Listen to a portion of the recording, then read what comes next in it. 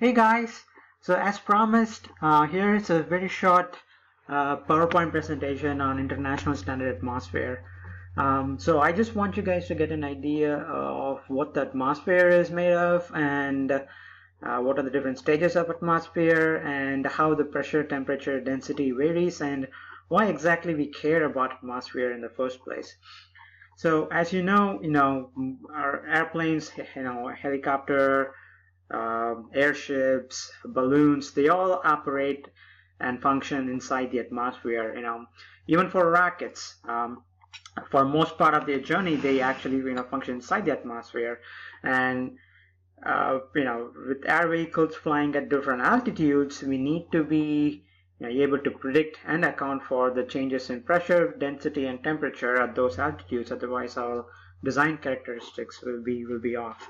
So basically, if you look at the atmosphere, it's made of several layers, as you might be aware of. So in the bottom one, you have the troposphere, and you have the stratosphere, mesosphere, ionosphere, thermosphere, and exosphere. So usually, for most part of the category of airplanes, they operate somewhere within the stratosphere. Especially with the exception of some military and spy airplanes where they operate at a high mesosphere, but usually most of the majority of the airplanes operate in stratosphere and troposphere. And we're gonna just take a look at what are the pressure, temperature, and density variations in those layers. Okay, so again, this is a typical, sorry the picture is blurry, but this is a typical diagram or graph which shows the cruising altitude of several airplanes. So if you can guess what is the highest altitude that humans have ever been on, you might think some airplanes, here it's at 15, but actually the highest altitude that humans ever touched is the moon. So it's like a 1.29 billion feet away from the surface of the Earth, and that's the highest altitude that humans have achieved so far. But in terms of inside the atmosphere and closer to the surface of the Earth, as you can see from this graph, we have airplanes that operate at several range at this altitude. So, all the way starting out from Wright Flyer, you can see just above 200 feet. And nowadays you can look at F-22, they operate around 50,000 feet. But in the 1960s, around the Cold War era, people developed a lot of spy planes especially the Americans, to spy on the Soviet Union. So they came up with two very important airplanes, as Lockheed U-2 airplane, which is a spy plane, and SR-71. So if you look at those two airplanes, they operate at higher atmospheres, around 80 to 100,000 feet. And there's one airplane which even flew higher than those airplanes, which is X-15. So X-15 was an experimental airplane. It was actually flown by Neil Armstrong. So that airplane actually flew in 314,750 feet, which is around 100 kilometers above the surface of the Earth, which is pretty cool. The main idea behind that airplane is to do some experimental testing on high-speed flight. And again, we will talk about one of the reasons why they choose that altitude. So this is the reason why we learn about standard atmosphere, because you need to be aware of the density, temperature, and pressure changes that will allow you to do some certain experimental flight which is not possible closer to the Earth around the sea level. So again, I thought this picture was interesting, and I just wanted to share it with you guys. Right. So in terms of atmospheric in terms of standard atmosphere and atmospheric parameters, there are several different types of altitude that you need to be aware of. So it's not just altitude here doesn't literally mean height above the sea level. There are several versions of altitude. So we'll talk about one of that. And you have, as you can see, there are several different types of altitudes in this slide. So you have geometric altitude, absolute altitude, geopotential altitude, temperature altitude, density altitude, and pressure altitude. So what we're going to do is we're going to talk about these altitudes one by one. Okay. So geometric altitude, you know that, it's very simple to understand. The geometric altitude is the altitude above sea level, period. So sea level, it's constant everywhere around the globe. It doesn't change. So sea level is a standard parameter. So when you take into account the geometric altitude, you are comparing the height of the airplane, the altitude of the airplane, helicopter, or any flying object with respect to the sea level conditions, and that is called geometric altitude. Okay. So, we refer to geometric altitudes a lot of times, but also we refer to other types of altitudes, which you will see now. So one other type of altitude is absolute altitude. So absolute altitude, the reference point is not exactly the sea level, but it's actually the surface of the earth. So if you're flying on top of a terrain, like, mountains or valleys or ridges, so your absolute altitude will change with respect to your height from the ground. Again, it doesn't exactly compare the altitude with the sea level. When you're flying in a smoother terrain with no hills or no mountains, then your absolute altitude will be equal to the geometric altitude. But when you're flying on top of mountains, rivers, and valleys, then you need to be aware of the absolute altitude, because that's more important than the geometric altitude, so that you don't crash on the mountain or the hills or the valleys. Okay, so that's what the difference between geometric and absolute altitude is. All right. So the next altitude that is quite often used a lot is what is called geopotential altitude. Now this is gonna need some explanation, because this altitude is also called as gravity adjusted height. Now let's talk about what that actually means. Okay, so the word geopotential means that the work necessary to lift 1 kilogram of mass to a certain height h. Okay, so when an airplane is flying at a certain altitude, there's a certain potential energy associated with that airplane, right? Because it is above the sea level, right? So, as you know before, and as you increase the height, your potential energy actually increases, right? Because you have the formula P is equal to GH. So G times H gives you the potential energy, and by that equation, we know that as the height increases, the potential energy has to increase a lot. So that means an airplane flying at 100,000 feet or 100 kilometers will have higher potential energy than an airplane flying at 50,000 feet or around 10 kilometers. But if you think about it, that's not actually the case. Okay, what do you think happens to gravity as you go away from the surface of the earth?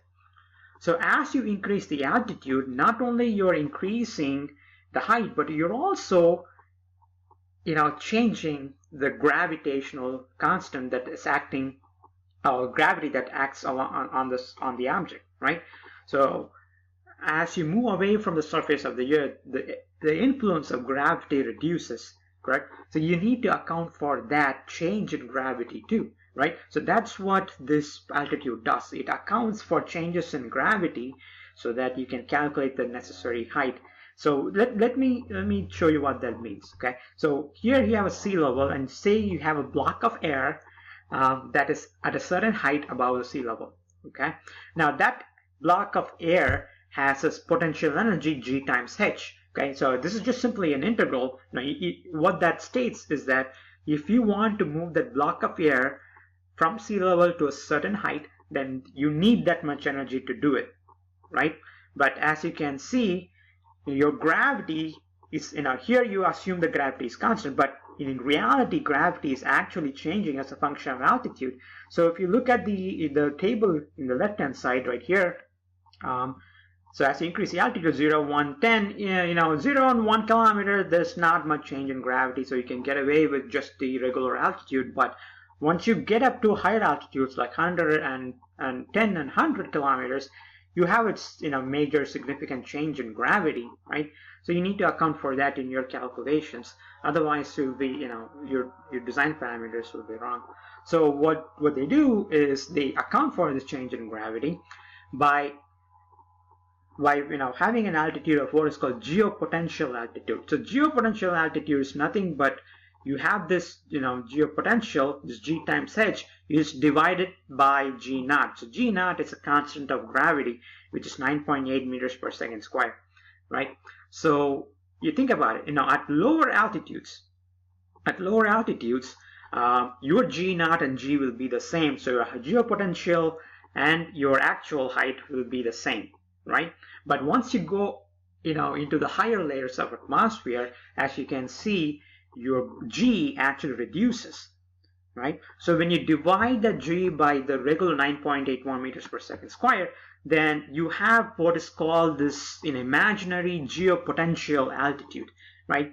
So what that actually states is that at the geopotential altitude, the potential energy of these two cases will be the same. Okay, so that means it will take, if you want to take that blob of air to a certain actual height, then you need more energy than than what you predicted if you don't take gravity into account, because as you know, gravity is actually decreasing as the altitude increases. Okay, so here is a table of what that actually is. So here you have the actual altitude, but because of the gravity is changing, your geopotential altitude will turn out to be a little bit less than your actual altitude. It's not significant amount, but you still need to take that geopotential altitude into account. Okay, so at 100 kilometers, the actual geopotential altitude is around 98.47 kilometers, not actually the 100. Okay, so I hope you understand the concept of geopotential altitude. But if you have any questions, when we meet back on Tuesday, just feel free to let me know. Okay. So again, another very important altitude is a temperature altitude. Now, this graph actually shows the variation of temperature with respect to altitude, and as you can see, it's not just one line. It's not just one straight line or non-linear. It has several slopes. It has ups and downs. It increases some cases and decreases, right? So let's look at this one by one. So from sea level to troposphere or tropopause, your temperature actually goes down. But a certain region of atmosphere, the temperature remains almost constant. It doesn't change at all. Okay, and after you go from that maximum ozone zone to the stratopause, your temperature is actually increasing as you go up the altitude, which is kind of surprising to see, right? So, and after you go up the certain altitude even more, then your temperature starts to decrease a lot. Okay, so and so on and so on. So there are different slopes for temperature change at different range of altitude, and it turns out you can actually predict or use an equation to calculate what that temperature at a certain altitude will be. Okay, so as you can see in here, let me go back to pointer. So in this region, about from 0 to 11 kilometers above the Earth, your temperature is it reduces at a rate of minus 6.5 Kelvin per meter. Okay, so this slope is called a lapse rate. Okay, that's the terminology people use to describe the slope of temperature variation. Okay, so and here you have the equation of changes in temperature with respect to altitude, which you can use, where A is a lapse rate. Okay, so T naught, so T naught actually represents not a total temperature, but it's actually the sea level temperature. Okay, so sea level temperature is around 288.15 Kelvin, right? So if I ask you to find temperature at 60 kilometer altitude, then you can actually use this equation. So temperature at 60 kilometer altitude equals temperature at the sea level, which is 288.15, minus at 60 kilometers, I'm in the A3 in the lapse rate, so which is minus 4.5 times 10 power minus 3 Kelvin per meter, and that's what here is. So here I put my actual altitude I want the temperature at, which is 60,000, and 4 point, and you multiply that times 4.5, times 10 power minus 3, and using that formula you can get a temperature of around 18 Kelvin. Okay, so see if you can try temperature at 10 and 20 kilometers altitude